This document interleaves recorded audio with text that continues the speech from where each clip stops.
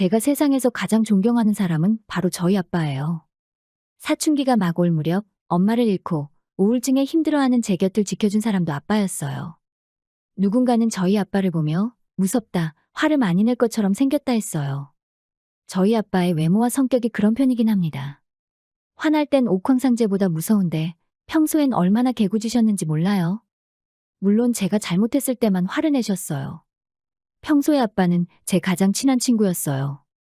제가 엄마를 잃은 슬픔에 사람을 만나는 것도 기피하고 집에 틀어박혀 있던 시절이 있어요.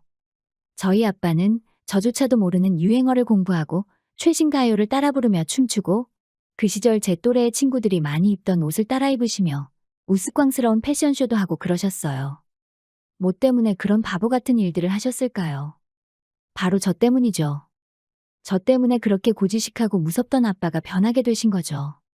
아빠의 무한한 애정 속에 저는 다시금 마음의 안정을 찾았고, 이제는 아빠에게 든든한 힘을 실어주는 딸이 되었어요. 결혼을 하고, 손주도 보여드리고, 행복한 가정에서 사는 모습만 보여드리면 됐는데, 그게 참 힘들었네요. 이제 걱정 없이 편하게 남은 인생 사시겠구나 했는데, 하늘은 그 찰나의 행복도 사치라고 생각하는지 아빠를 데려가셨어요. 병을 너무 늦게 발견해 손 쓸 틈도 없이 가셨어요. 병실에서도 저 올 때마다 숨는다던지 쓰러지는 척을 한다던지 얼마나 많이 장난을 치셨는지 몰라요. 저 힘들까봐 웃게 해주시려고 한 거겠죠. 아빠의 그 마음 덕인지 그래도 잘 견뎌낼 수 있었어요. 제 옆을 지켜주는 가족들도 있으니까요. 그리고 저희 남편도 아빠 덕에 고생 참 많이 했습니다. 우리나라 남자들 고부 갈등 해결하는데 완전 꽝이죠? 저희 남편이라고 못 할랐겠어요. 제가 시댁에서 일하는 게 당연한 줄 알고 며느리는 시부모님께 넙죽 엎드려야 되는 줄 아는 놈이었어요. 남자는 바깥일 하니까 애는 엄마한테만 떠넘기고 집에 들어오면 코 골면서 잠만 자고요. 며느리와 사위는 다르다는 아주 고지식한 생각도 가지고 있었고요. 아빠가 그런 저희 남편 데려다가 설교도 하시고 혼도 내시고 술 한 잔 기울이며 이런저런 얘기하시면서 사람 만들어 놓으셨죠. 저희 아이가 딸이어서 아빠가 감정이입을 더 많이 하셨어요. 철없던 남편도 아빠 덕에 생각이 많이 바뀌었어요. 저 모르는 새에 둘이 많이 친해져서 저 빼놓고 낚시도 가더라고요. 물론 웃으면서 보내줬습니다. 남편도 딸 가진 아빠의 입장이라 저희 아빠의 말들이 가슴에 더 와닿았던 것 같아요. 저희 시댁은 사실 시댁과는 처음부터 좋지 않았어요. 제가 편부 가정인 게 싫으셨는지 많이 모질게 하셨습니다. 그래도 아빠가 살아계실 땐 견딜만한 시집살이만 겪었거든요. 그것마저도 남편이 생각을 고쳐먹은 뒤로 잘 막아줬고요. 저희 아빠 흉보는 건 아닌데요. 진짜 외적으로 무섭다고 해야 할까요? 연예인들과 비교해보면 강호동 같은 체격이셨어요. 마주치면 흠칫할 만한 수준의 체격이요. 젊을 땐 더 어마어마했는데 나이 먹고 살이 빠진 거라고 하시거든요. 제가 봤을 땐 큰 차이가 없어요. 거기다 원래 눈썹도 환한 눈썹이고 평소 표정이 무표정이세요. 그냥 아빠가 무게 잡고 무표정으로 앉아있으면 자연스럽게 무릎이 굽혀질 정도였네요. 아빠도 본인의 모습을 아는지라 그걸 무기로 종종 사용하셨죠. 시부모님과 만날 일이 있으면 더 근엄하게 계셨고 남편 혼내실 때도 일부러 더 무섭게 하시면서요. 상견례 때도 저희 엄마가 돌아가신 이야기가 나왔는데요. 시어머니가 그때 딴지를 막 거셨거든요. 엄마가 안 계신 게 맘에 안 든다 이거였죠. 그때 저희 아빠가 엄청 무서운 표정으로 애엄마가 나쁜 짓 하다 저 세상 간 것도 아닌데 뭐가 문제시냐 하면서 되물었었어요. 그 뒤로 저희 시어머니, 저희 엄마 얘기 일절 안 꺼내셨네요. 시댁 흉보려면 한 달도 부족하지만 그래도 아빠가 있어서 많이 든든했어요. 문제는 아빠가 돌아가시고 난 이후였어요. 그동안 쌓인 한이라도 있으셨는지 말도 안 되는 걸로 트집을 잡으며 저를 구박하셨거든요. 제가 참다 왜 이렇게 나를 못 살게 구냐 물어봤더니 어차피 갈 데도 없는 고아 아니냐고 하시더라고요. 그 말 듣고 어떻게 가만히 있었겠어요. 잃을 거 없어서 배는 게 없는 고아 맛 좀 보셔라 했죠. 그날 시어머니 머리카락 한 움큼 뽑았어요. 나중에 가발 만들어 쓰시라고 얼굴에 던져드렸어요. 제가 누구 딸인데요? 아빠 유전자 한 스푼만 물려받아도 시어머니 정도는 가뿐하죠. 나중에 남편 앞에서 피해자 행세하시길래 시어머니가 하셨던 말들 고스란히 들려줬어요. 간간히 녹음했던 것도 들려줬더니 남편이 제 말만 믿더라고요. 시어머니가 다 거짓말이라고 우겨봤자 녹음까지 한 저를 무슨 수로 이겨요? 거기다 과장 조금 보태서 눈물 찔끔 흘리며 우는 소리를 했더니 남편이 시어머니 쫓아내더라고요. 그 뒤로 시댁과는 거의 상종도 안 하고 살았어요. 그런데 3달 전부터 시어머니가 매주 찾아오시기 시작했어요.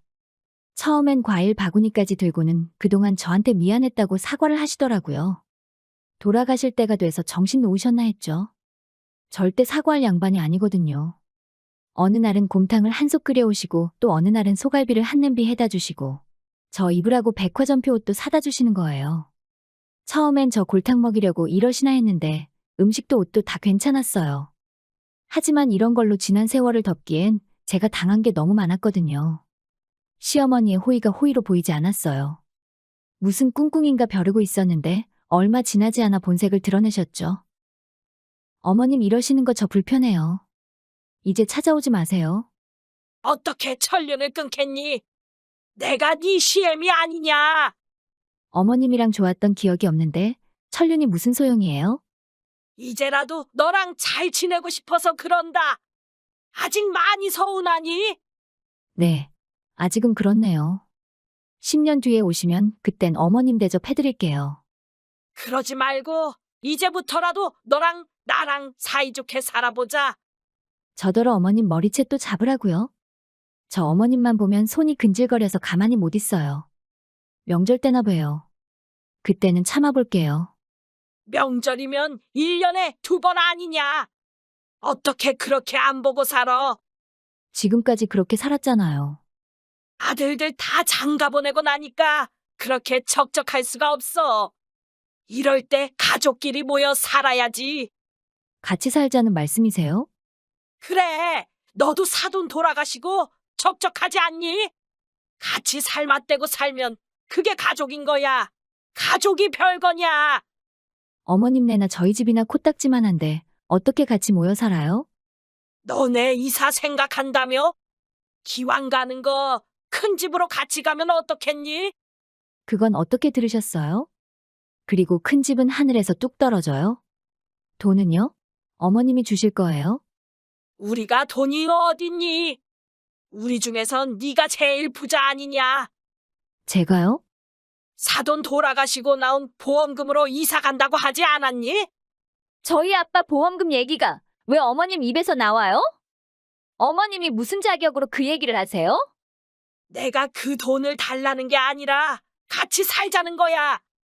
그러니까 왜 아빠 보험금으로 산 집에서 어머님이 살겠다는 거냐고요? 누가 집대 간대냐? 돈을 달란 것도 아니고 방 하나 내주는 게 그렇게 어렵냐? 네, 어려워요. 저 어머님한테는 베란다도 못 드려요? 그리고 저 이사 안 가요. 뭐? 집 산다고 한 거 아니었냐? 생각만 했었죠? 어머님 덕에 이 집에서 오래오래 살아야겠어요? 어머님도 어머님 댁에서 오래오래 사세요. 아니, 그럼 왜 쓸데없이 이사 얘기를 한 거야? 제가 언제 어머님한테 이사한다고 한 적 있어요? 어디서 주워듣고 오셔서 행패해요? 그리고 제가 집을 사도 어머님 그 집에 안 들여요. 아주 지 애비랑 똑같이 못 되쳐먹었네. 늙은 시엠이 방 한 칸 주는 게 그렇게 고깝냐? 네, 못 되쳐먹은 제가 어머님한테 드릴 건 제 손모가지 뿐이네요. 머리 시원하게 밀고 싶으시면 말씀하시죠. 제가 미용실값 아껴드릴 테니까. 그날 어머님 내쫓고 남편 멱살 잡고 따졌죠. 어머님이 저희 아빠 보험금 얘기를 어떻게 아셨겠어요. 남편한테 들은 거겠죠. 남편은 절대로 자기는 엄마한테 말한 적이 없대요. 아빠랑 통화하면서 이런저런 얘기하다가 나온 것 같다고 합니다. 바보도 아니고 아버님 귀에 들어가면 당연히 어머님도 알지 않겠어요? 알고 보니까 시동생이 전세금 문제로 골머리를 썩다가 집에다 돈을 요구한 모양이더라고요. 시어머니는 본인 집 팔아서 둘째 아들 해주고 낼름 저희한테 얹혀 살 작정이셨던 것 같고요.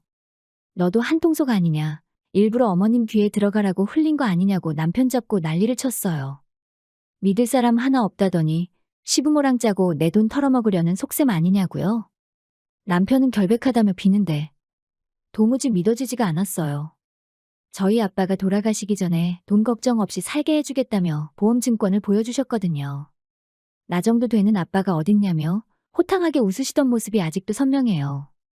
그 돈을 탐낸다? 남편이 아니라 남편 할아버지라도 가만 안 둬요. 남편은 정 본인을 못 믿겠으면 이혼이라도 해주겠다 하더라고요. 그럼 자기가 제 재산을 뜯어갈 명분도 없지 않겠냐면서요. 서류만 정리하고 같이 살재요. 남편 노릇, 아빠 노릇 계속할 거고 시댁에는 이혼해서 빈털털이 됐다고 말하겠다 합니다. 제가 이때는 정신이 나갔어서 남편 말대로 이혼하겠다 했어요.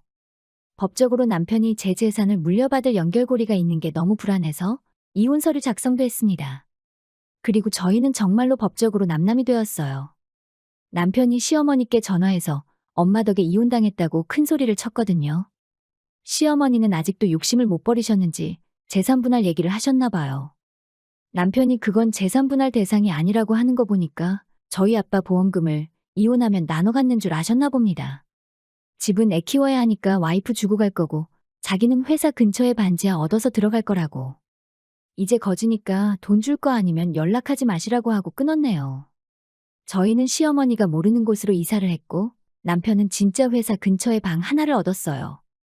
실제로는 제 명의의 아파트에서 남편과 같이 살고 있고 남편이 얻은 방은 허름하게 꾸며놓았어요.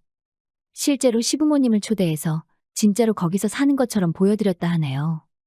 시어머니는 본인 때문에 이혼당해서 반지하에 산다니까 뭐라 말도 못하셨대요. 저희는 예전과 같은 생활을 하고 있는데 저는 남편이 계속 마음에 걸려요. 솔직히 남편이 이혼해주겠다 했을 때도 못 믿는 마음이 더 컸어요. 이혼하겠다 큰 소리치고 진짜로는 못할 줄 알았거든요. 진짜로 이혼하고 나서야 남편의 진심을 알았지만 다시 합치자는 말을 못하는 제 심정을 아실까요? 겉으로는 아무런 문제도 없어요. 여전히 같이 살면서 남편 노릇, 아빠 노릇 잘해요. 다만 서류상으로만 남남인 거죠. 근데 선뜻 재결합하자는 말이 안 나와요. 아무리 붙어 살아도 상대의 마음을 다 헤아리지 못하는 것처럼 남편을 믿으면서도 마음 한켠이 불안합니다. 남편은 그런 제 마음을 아는지 불편한 게 하나도 없어서 상관없다고 하네요. 요즘 제 고민이 이거예요. 시댁? 생각도 안 납니다. 어떤 방법으로든 또 찾아오면 머리털 2배로 뽑아드려야죠. 다만 남편과 이대로 지내도 될지 걱정입니다. 주변에서는 서류만 정리하고 같이 사는 부부도 많다며 스트레스 받지 말라고 하더라고요. 그냥 제 마음이 불편한 거죠. 남편의 마음을 알았으니 재결합을 하는 게 맞을까요? 무슨 일이 생길지도 모르니 재결합은 미루는 게 맞을까요? 저는 어떻게 해야 할까요? 많은 조언 부탁드립니다.